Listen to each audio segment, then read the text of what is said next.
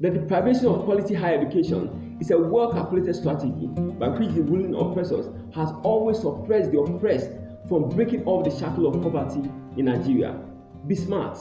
Even though the ruling oppressors have changed from our white colonial masters to our fellow Nigerian political leaders, the fact remains that depriving the masses quality higher education is a well-calculated strategy to keep the family line of the oppressors in power, ruling over the oppressed. Wait, I'm going to explain to you how.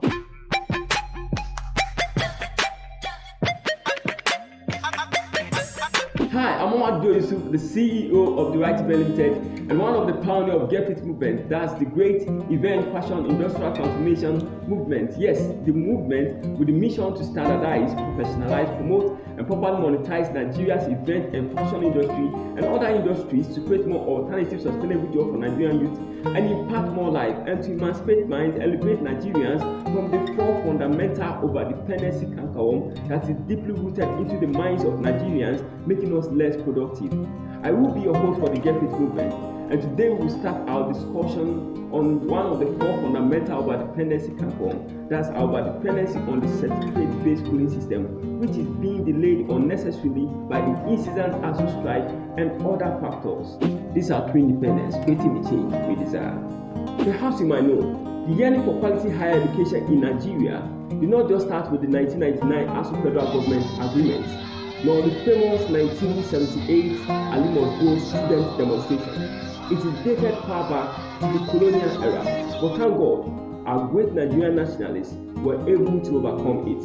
Now, if you be patient and smart enough to wait till the end of the discussion, we share with you how our great Nigerian nationalists were able to outsmart the well-calculated strategic plans of our colonial masters to get their independence, not only for themselves, but for us all, their descendants, so that you too will know how to outsmart the well-calculated plans of our Nigerian politicians to get your independence not only for yourself, but also for your children's children. For those who do not know how our former oppressing colonial masters are related to our present oppressing Nigerian politicians, let me ask you this simple question. Where were the children of our former oppressing colonial masters attending higher institutions in their country, abroad, right?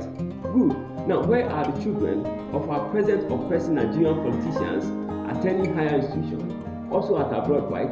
Even for those that are schooling here in Nigeria, as you guessed right, are attending highly expensive private universities where ASUU strike will by no means affect. Of course, they claim there is not enough money in the country for them to improve on the higher education system for the masses, but there is enough money for them to pay themselves excessively to have so much to sponsor their children's education abroad. Now, let me ask you another simple question, and please be sincere with me and yourself. In the future date, when their children return with their Harvard, Cambridge, and Oxford University certificate, what chance does an average Nigerian stand competing with them either for a political post or for a job?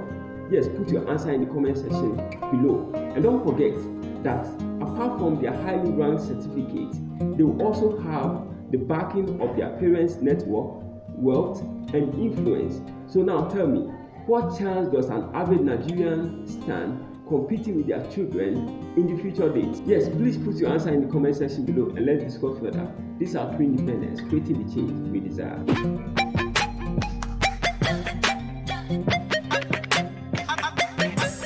For you to understand the similarity between our former oppressive colonial masters and our present oppressing Nigerian politicians, let me give you two historical reasons why our former oppressive colonial masters were hesitant to grant our forefathers, the great Nigerian nationalists, their demand for quality higher education.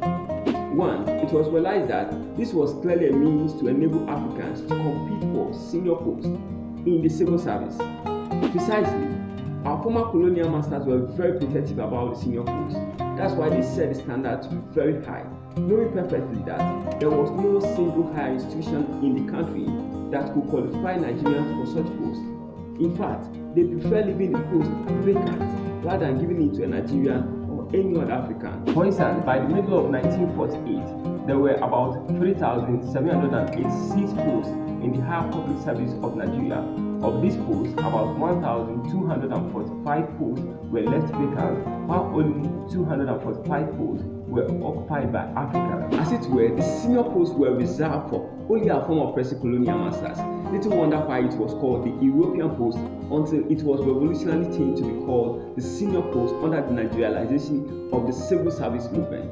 Most annoyingly, compared with the junior post that was reserved for Nigerians, the true owners of the country, the senior post expatriates were highly paid with Nigerian taxpayers' money, just like our politicians of today.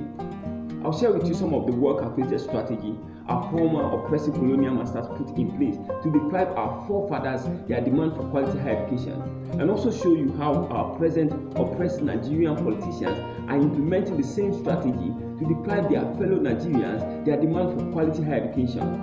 But most importantly, I'll show you how our great Nigerian nationalists were able to outsmart the well-calculated strategy to get our independence, so that you too will be able to get your independence from these present oppressed Nigerian politicians, not only for yourself, but also for your children and your children's children. But before then, let me ask you this simple question. How protective are our present oppressed Nigerian politicians over their political posts? You agree with me that most of them will do everything to protect their political posts, even go to the extent of killing anybody who crosses their way. Or what do you think? Just put your answers in the comment section below.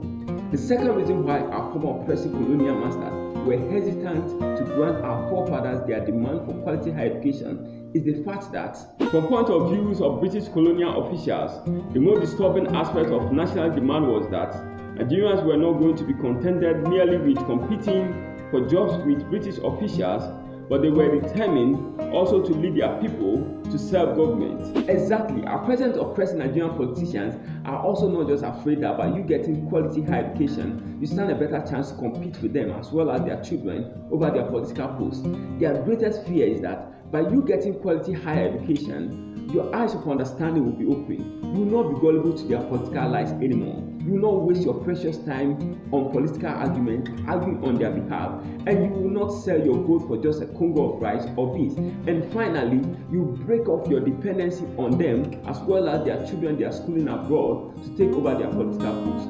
Now, let me share with you some of the well-calculated strategy our former oppressive colonial masters put in place to deprive our forefathers their demand for quality higher education, and also show you how our present oppressed Nigerian politicians are implementing the same strategy to deprive their fellow Nigerians their demand for quality higher education. The delay strategy.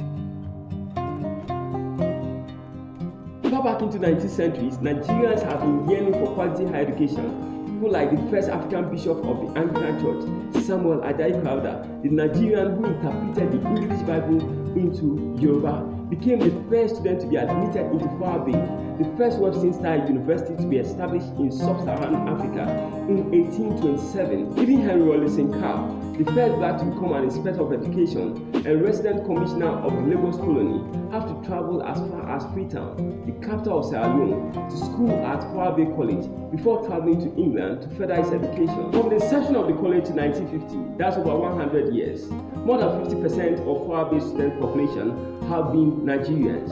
Not only Nigerians, but also prominent Ghanaians like Kizzy Hayford also had only Farabi College as the only option for quality higher education across the whole British West African colony.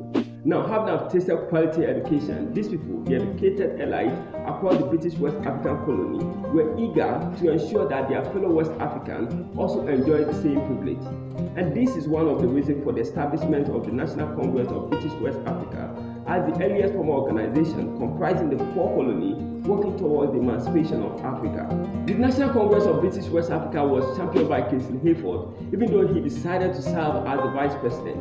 The first Congress of the organization was held on March 1920 at Accra, which brought together several great nationalists from all the four British West African colonies. That's the Gambia, Sierra Leone, Ghana, which was then called Gold Coast, and Nigeria. After nearly 3 weeks of intensive deliberation, the Congress resolved under 11 major headings, of which the 7th one went as that a West African university should be established and compulsory education should be introduced in all the four colonies. Unfortunately, Kingsley Hayford died in 1930 and he was denied of the privilege of seeing the demands of National Congress of British West Africa come true. Take for instance, since the demand for quality higher education was made in 1920, Nigeria was delayed for 12 solid years before we could even have Yaba College established in 1932. So we're saying delay is not denial. Now please help me do the simple mathematics. Since ASUU Federal Government Memorandum of Understanding was signed in 2009 to date 2022, how many years is that? That's roughly 13 years, right? Despite the numerous sitting upon sitting, at times I keep asking myself, what are they really sitting for? And that's going to be the topic of our next discussion under the title, ASUU Federal Government Must Stop Sitting and Stand. So please be sure you click on the subscribe button and don't forget to click on the notification bell so that you don't miss out in any way. And hey, do well to invite friends, especially the youth of Nigeria, to join us and let's discuss further to create the change we deserve. The second strategic plans our former oppressing colonial masters put in place to deprive our forefathers their demand for quality higher education is the boycott of meeting strategy. After the first meeting of National Congress of British West Africa, 2 delegates from each of the 4 colonies, except Ghana, which have 3 delegates, were selected to go to London to meet His Majesty the King and present their petition. The delegates sought next an interview with the Prime Minister to discuss the petition, but Lord George rejected the request, advising that any petition regarding the government of the British West African colonies should be properly addressed to His Majesty through the governors of the various colonies concerned and the Secretary of State for the colonies. You know, right, those bureaucratic boycotting strategy. Anytime any government wants to boycott a meeting with any demanding group, it has always been an excuse that the group did not follow due process. Well, every of their demands were cordially adhered to by going through all the 4 governors of the 4 colonies and then Secretary of State, Mr. Winner, before presenting the petition to the King. On January 26, 1921, that's nearly 3 weeks after Viscount Winner's submission to the King, a reply was returned to the Congress delegate on the lines indicated in the Secretary's advice to the King. Further, the delegates were told that the Secretary had no intention of meeting the additional request for an interview. The delegates, who must have been extremely touched by this reply, which the Sierra Leone Weekly newsletter described as a bolt from the blue, did not, however, give up easily. And that is my advice to the delegate of the National Association of Nigerian Students who met the Minister of Education. Don't give up so easily. Don't let the boycott of the meeting between you and the Minister of Education discourage you in any way. Press on so that when we look back in the future, we can gladly enumerate your contribution to Nigeria's education system, just like we are talking about the National Council of British West Africa today. For those who miss the drama, let me show you an excerpt of it from Channels Television. Honorable Minister, sir, we saw it on social media. You celebrated your son who graduated in a country as a university outside this country. We appreciate that. Our parents also have that money to send us outside the country. But we are in this country, then we should enjoy what we are paying for. So we want an adequate funding of education in this country. Honorable Minister, our message is we want to go back to class. We want our school to be open. If our school is not open, we have seen it. It's not a threat. When we said we are coming out, as I speak, nearly the Niger road is blocked, Benue is blocked, Adamawa is blocked. If care is not taken, this will be worse than NSAS. Thank you and God bless you. So instead of coming here, you should have addressed your lecturers there. Perhaps the only point that you made that is worthy of even attention is you said students should be involved in this, and I think probably this is a very good thing. And it is the only thing I'm going to take out of what you have said here. Thank you very much.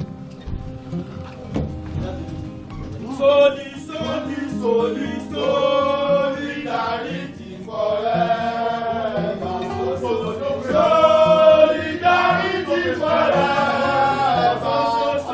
Solidarity forever. We shall always fight. You can now see the president crowd. A minister that are paying his salary.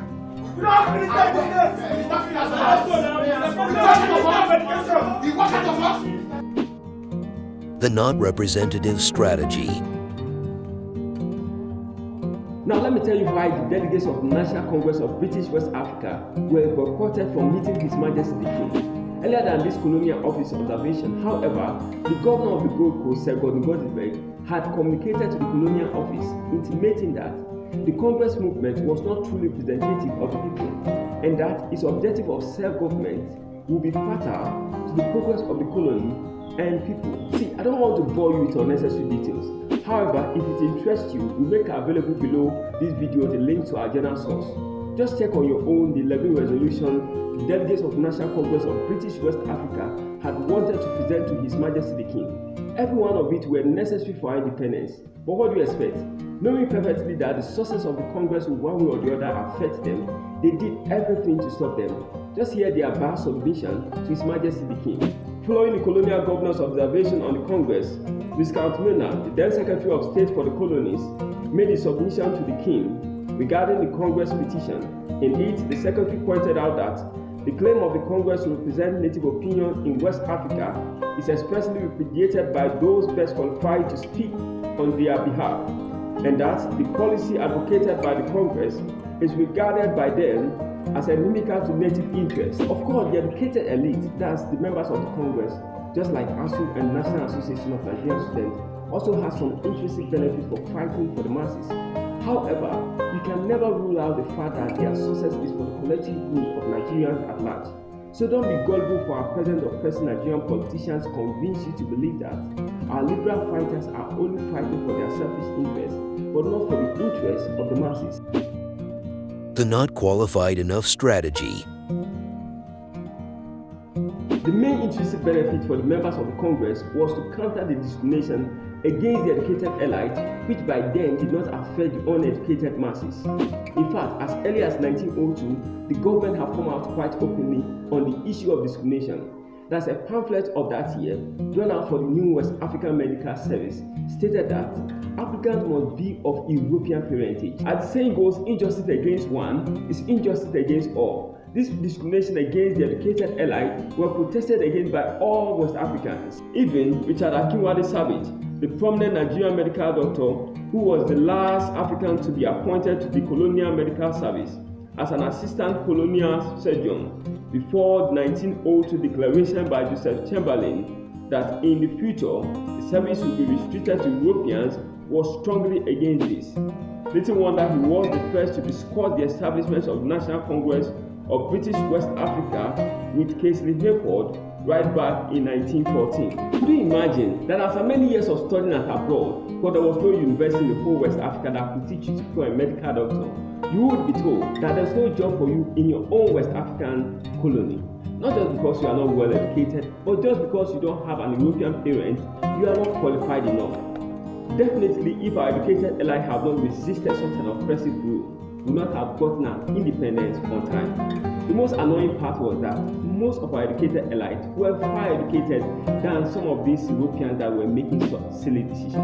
Take for instance this Joseph Chamberlain, the European who made the 1902 decision that if you are not having an European parent, you will not be employed as a medical doctor, had never attended university. Wait, what does it even require to become a senator or a representative? Just secondary school certificate, right? So now tell me, how much are these ASUUs, most of whom that are professors, paid as salary, compared with our present oppressing Nigerian politicians, some of whom that have not stepped foot on university campus and could hardly construct simple correct English sentence? And let me also ask you, when an average Nigerian child with a first-class degree is competing with an average Nigerian politician child with a third-class degree for either a post or a job, who do you think will occupy the position? Yes, please put your answers in the comment section below. As it were, so it is now. It is not what you know that matters. It is whom you know that matters. The only difference is that then, all that you needed to be qualified enough is an European parentage. But now, all that you need to be qualified enough is a politician parentage. The inferior quality strategy. Do you know that out of 141 economics examined, the skill set of Nigerian graduates and vocational skills are both ranked the 139th? Yes, I mean third, counting from behind. See, we'll discuss in detail how inferior Nigeria's tertiary education system is becoming on a yearly basis in our subsequent discussion. So be sure you subscribe to this channel and don't forget to click on the notification bell so that you don't miss out on any of our discussion.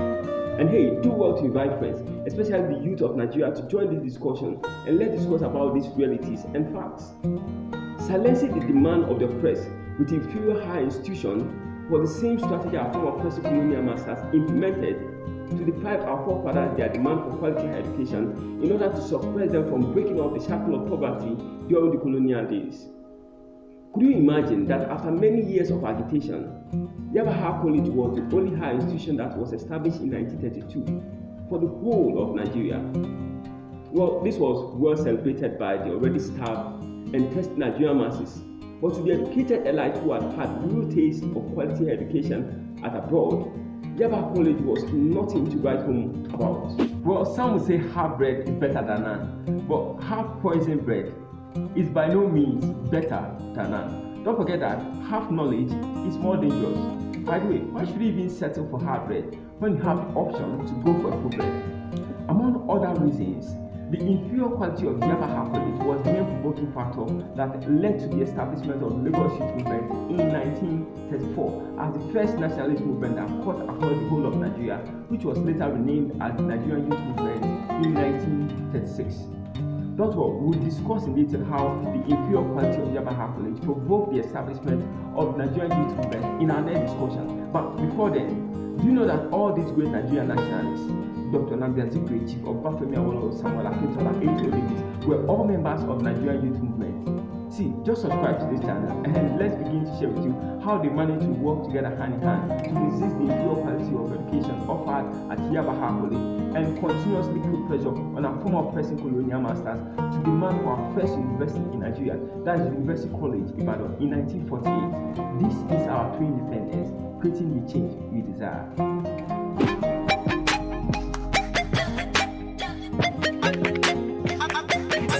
Now let me share with you how our great Nigerian nationalists were able to outsmart our former oppressing colonial masters to get our independence, so that you too can also implement the same strategy to get your independence from these our present oppressing Nigerian politicians, not only for yourself, but also for your children and your children's children. 1. Travel abroad. All these great men, just like we have shared with you, starting from Samuel Crowther, Henry Cow, Herbert Macaulay, Dr. Nnamdi Azikiwe, Obafemi Awolowo, Tafawa Balewa, Ahmadu Bello, all traveled abroad to further their education before coming back to Nigeria to fight for our independence.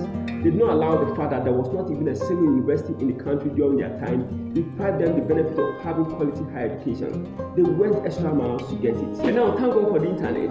Knowledge is now ubiquitously available everywhere, anytime, to anyone who have access to the internet and a smartphone in his pocket. So you don't necessarily have to travel physically abroad before you can school abroad. With your smartphone in your pocket, you can sign up for online courses of universities abroad right here in Nigeria. So don't limit yourself to knowledge confined within the borders of Nigeria. Widen your horizon. 2. Come home. Yes, I don't mean you should travel abroad or japa, as we colloquially used to say, and never return home completely. Please come home. Come home and liberate our fellow Nigerians from the hands of our present oppressed Nigerian politicians. If all these our great Nigerian nationalists have not returned back home, we will not have gotten our independence on time. And of course, you might not necessarily come back home physically, but you can send some money or help the people at home one way or the other. Now, let me introduce you to one person that does inspire me most. Of course, she's still at abroad, but she often does come home to liberate her fellow Nigerians.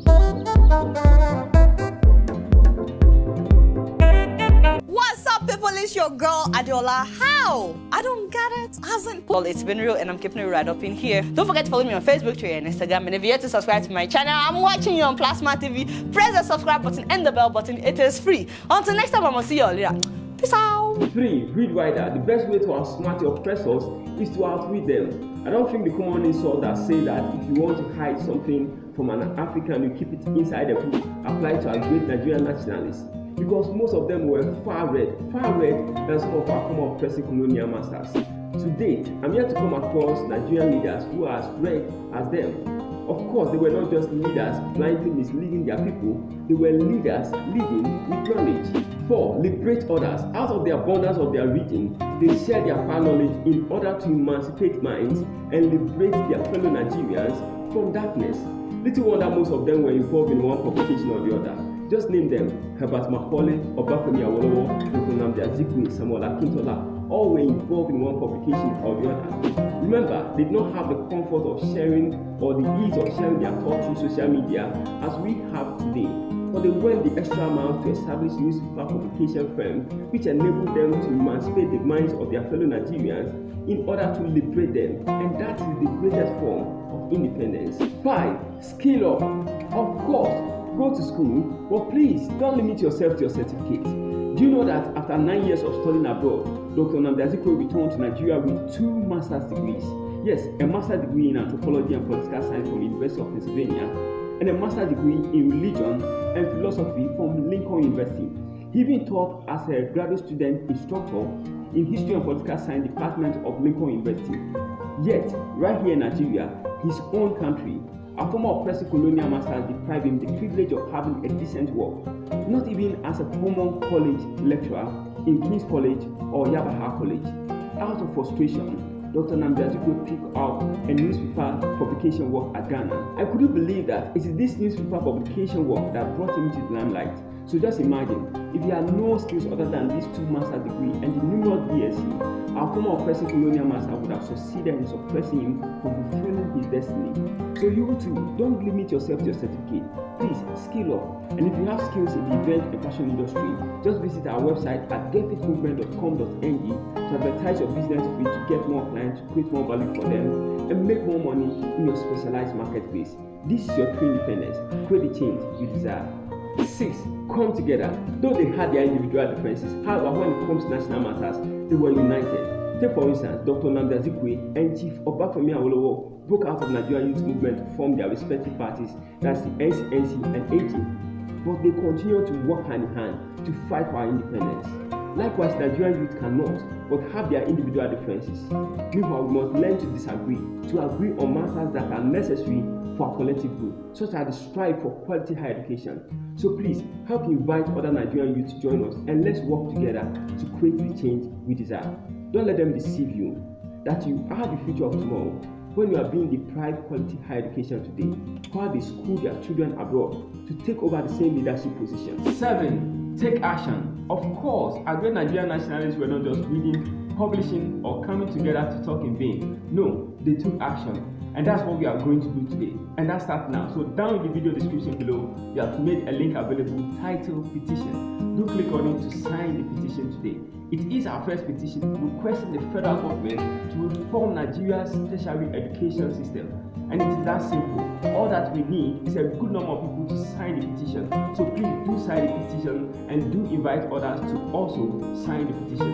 You see, time will not permit me to tell you the number of petitions our great Nigerian nationalists signed to compel our former oppressing colonial masters to give us our independence. But my question is, if we can take such a simple step to sign such a simple petition, how do you think we can compel our present oppressing Nigerian politicians to take the necessary steps to reform Nigeria's tertiary education system? So please do well to sign the petition and do invite friends to sign it. And in case the link in the video description below is not going through, just visit our website at gefitmovement.com.ng/petition to sign the petition today.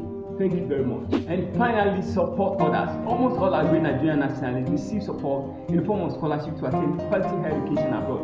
And to return this kind gesture to their fellow Nigerians, they also introduced free universal basic education and established Nigeria's premier universities, which has proliferated to the numerous tertiary institutions we have in Nigeria today. And that is exactly what this great movement is also about: to support our fellow Nigerians by standardizing, professionalizing, promoting, and properly monetizing Nigeria's event and fashion industry, and later other industries to create more alternative sustainable jobs for Nigerian youth and impact more lives. And all that we need of you is your support. So we hereby offer you the opportunity to support this great movement, but you are free to accept or refuse. And if it pleases you to support this great movement, down in the video description below we have made a link available. Just click on it to support this great movement, or visit our website at gefitmovement.com.ng to support this great movement. You can either support as a donor, sponsor, investor, or just invite friends and become one of our great advocates of honor. And And if you have the required technical skills, just join us and let's work together to create the change we desire. At this juncture, I would like to step aside, but before then, let me also use this opportunity to appreciate all our sponsors, donors, investors, government, and everyone who is supporting us one way or the other to make this great movement possible. Thank you very much. God bless you. God bless the event and fashion industry. God bless Nigeria. These are true independence, creating the change we desire.